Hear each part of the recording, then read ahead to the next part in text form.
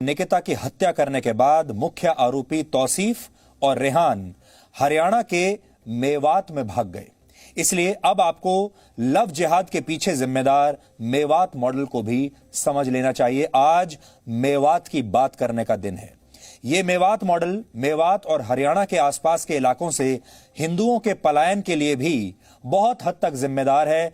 हिंदू यहां से अपने घर बार जमीनें छोड़ छोड़कर भाग रहे हैं। और अभी आपने ब्रेक से पहले निकिता के परिवार को भी सुना, जो ये कह रहा था कि वो फरीदाबाद से पलायन करना चाहते थे, वो भी अपना घर बार सब छोड़कर भाग जाना चाहते थे। और अगर उन्हें यह पता होता कि निकिता की हत्या ऐसे कर दी जाएगी तो अब तक वो इस मकान को, अपनी नौकरियों को, अपनी जमीन जायदाद सब छोड़कर यहां से भाग चुके होते।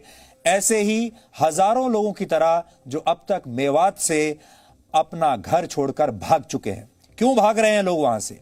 देश की संसद से मेवात की दूरी 100 किलोमीटर से भी कम है।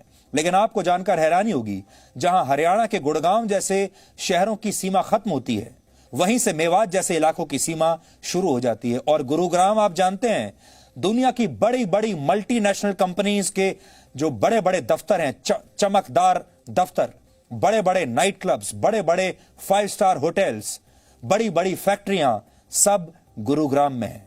लेकिन कुछ किलोमीटर बाद शुरू हो जाता है मेवात, जो कि बिल्कुल अलग दुनिया है। और इन इलाकों में अक्सर देश की संसद द्वारा बनाए गए कानून और संविधान नहीं चलते। पुलिस भी जानती है कि उनका कानून और उनकी खाकी वर्दी का रौब इस इलाके में नहीं चलेगा। हम ऐसा क्यों कह रहे हैं, इसे समझने के लिए आपको मेवात के इतिहास और भूगोल को समझना होगा। फिर आपको सारी बात अपने आप समझ में आ जाएगी। अब ध्यान से सुनिएगा।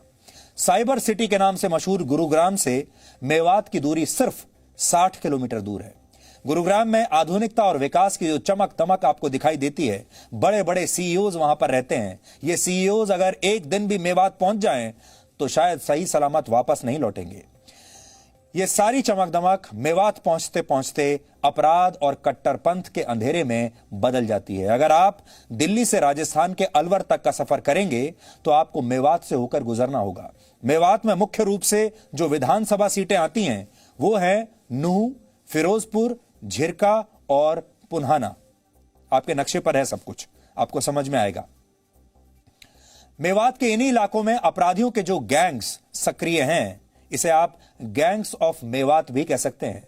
उन्हें मेवाती गैंग कहा जाता है। और ये गैंग्स दिल्ली, हरियाणा और उत्तर प्रदेश के कई इलाकों की पुलिस के लिए सिरदर्द बने हुए हैं। पुलिस भी डरती है इनसे। मेवात आतंकवादियों को शरण देने से लेकर लूटपाट, डकैती, अपहरण और हत्या जैसे अपराधों के लिए बदनाम है। मेवात में इस समय अपराधियों के करीब 100 से ज्यादा गैंग सक्रिय हैं। सोचिए, 100 से ज्यादा गैंग सक्रिय हैं। एक जमाने में चंबल घाटी हुआ करती थी, जहां बहुत सारे डाकुओं के गिरोह हुआ करते थे। आज ये हालत है कि चंबल घाटी भी मेवात के सामने पानी भरेगी। और मेवात में कई इलाके ऐसे हैं जहां पुलिस भी जाने से डरती है। मेवात की आबादी की बात की जाए तो यहां 80% मुसलमान रहते हैं, जबकि 20% आबादी हिंदुओं की है।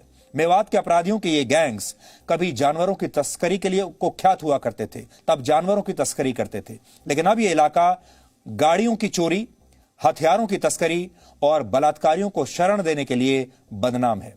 नीति आयोग की एक रिपोर्ट के मुताबिक मेवात भारत के सबसे पिछड़े जिलों में से एक है, जबकि इसकी दूरी दिल्ली से 100 किलोमीटर से भी कम है।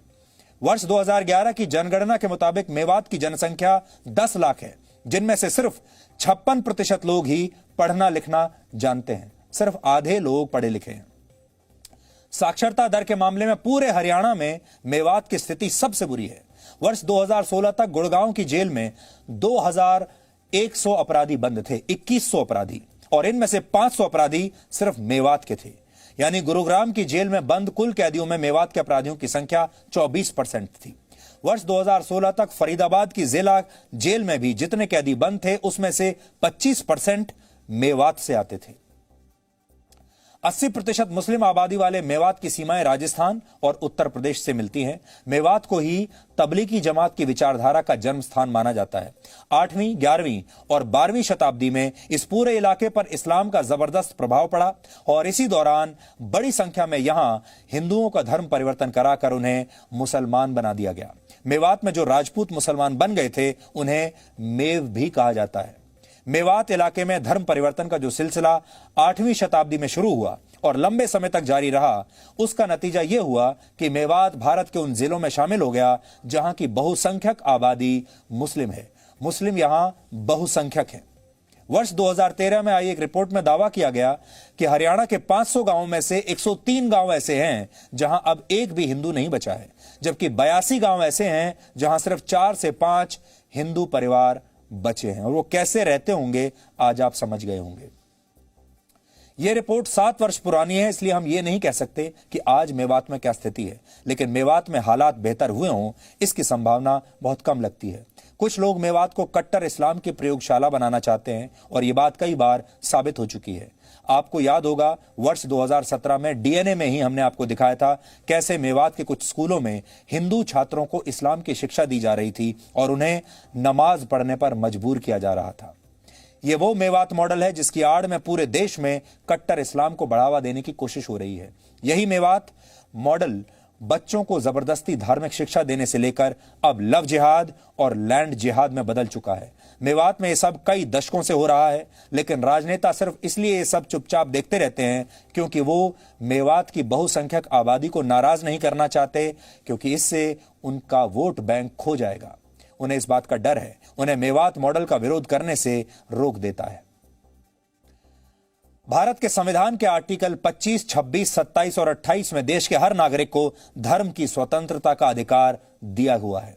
आर्टिकल 25 के मुताबिक सभी नागरिकों को अपनी पसंद के धर्म को मानने, उसका पालन करने और अपने धर्म के प्रचार की आजादी है, लेकिन प्रचार के अधिकार में किसी अन्य व्यक्ति के धर्मांतरण का अधिकार शामिल नहीं है। आर्टिकल 26 सभी धार्मिक संप्रदायों और संगठनों को नैतिकता के आधार पर धार्मिक कार्यक्रम आयोजित करने और संस्थाएं बनाने का अधिकार देता है। आर्टिकल 27 में कहा गया है किसी भी नागरिक को किसी विशेष धर्म या धार्मिक संस्था को टैक्स या दान देने के लिए मजबूर नहीं किया जा सकता। लेकिन दुख इस बात का है कि मेवात मॉडल के नाम पर संविधान की इन सारी व्यवस्थाओं की धज्जियां उड़ाई जा रही हैं खुलेआम। संविधान भारत में अल्पसंख्यक को संरक्षण का भरोसा देता है, लेकिन कुछ लोग ये संरक्षण हासिल करके भी देश पर शरिया कानून थोपना चाहते हैं, ठीक वैसे ही जैसा आजकल फ्रांस में हो रहा है। पहले शरण लेते हैं और फिर शरिया लागू करते हैं। ये लोग कहते हैं तुम मुझे संरक्षण दो, मैं तुम्हें शरिया दूंगा। वर्ष 2018 में मेवात से करीब 45 किलोमीटर दूर हरियाणा के पलवल के उटावड़ गांव में एक मस्जिद बनाई गई थी और नेशनल इन्वेस्टिगेशन एजेंसी यानी NIA की जांच में यह पता लगा था कि इस मस्जिद का निर्माण आतंकवादी संगठन लश्कर ए तैयबा की फंडिंग से हुआ है।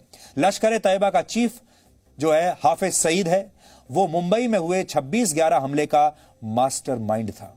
यानी मेवात में कट्टरपंथी इस्लाम के जो बीज बोए जा रहे हैं उसकी फसल देश के दूसरे इलाकों में भी काटी जा रही है और यह स्थिति खतरनाक है। मेवात में कट्टरता की निशानियां आज की नहीं है, बल्कि इसका इतिहास सैकड़ों वर्ष पुराना है। वर्ष 1265 में दिल्ली सल्तनत के सुल्तान गयासुद्दीन बलबन ने मेवात में 1 लाख राजपूतों का कत्ल करवा दिया था। इसी मेवात में यह वो दौर था जब मेवात के रास्ते पूरे देश में इस्लाम का प्रचार प्रसार बहुत तेजी से किया जा रहा था और इसका नतीजा यह हुआ कि मेवात धीरे धीरे इस्लाम के एक बड़े केंद्र के रूप में विकसित हो गया और इस इलाके में मुसलमानों की जनसंख्या तेजी से बढ़ने लगी। वर्ष 1981 में मेवात की आबादी में मुसलमानों की आबादी 66% थी, जो 2011 आते आते लगभग 80% हो गई। वर्ष 1947 में जब भारत का बंटवारा हुआ तो पूरे देश में हिंदू और मुसलमानों के बीच दंगे शुरू हो गए थे। ये आज तक के सबसे बड़े धार्मिक दंगे थे, सांप्रदायिक दंगे थे और इन दंगों से मेवात भी बचा नहीं। लोगों को शांत करने के लिए तब खुद महात्मा गांधी मेवात के कुछ गांवों में गए थे और उन्होंने मेवात के मुसलमानों से अपील की कि वो देश छोड़कर पाकिस्तान ना जाएं। गांधी जी ने मेवात के मुसलमानों को समझाते हुए तब कहा कि आप इस देश की रीढ़ की हड्डी हैं। अब यह भी अजीब विडंबना है कि कथित लव जिहाद के नाम पर जिस निकिता तोमर की हरियाणा के बल्लभगढ़ में हत्या हुई है उसका जन्मदिन 30 जनवरी को ही आता है।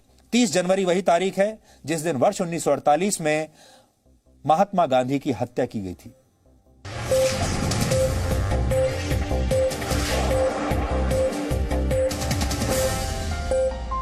V News app available on Google Play and App Store. Download it now.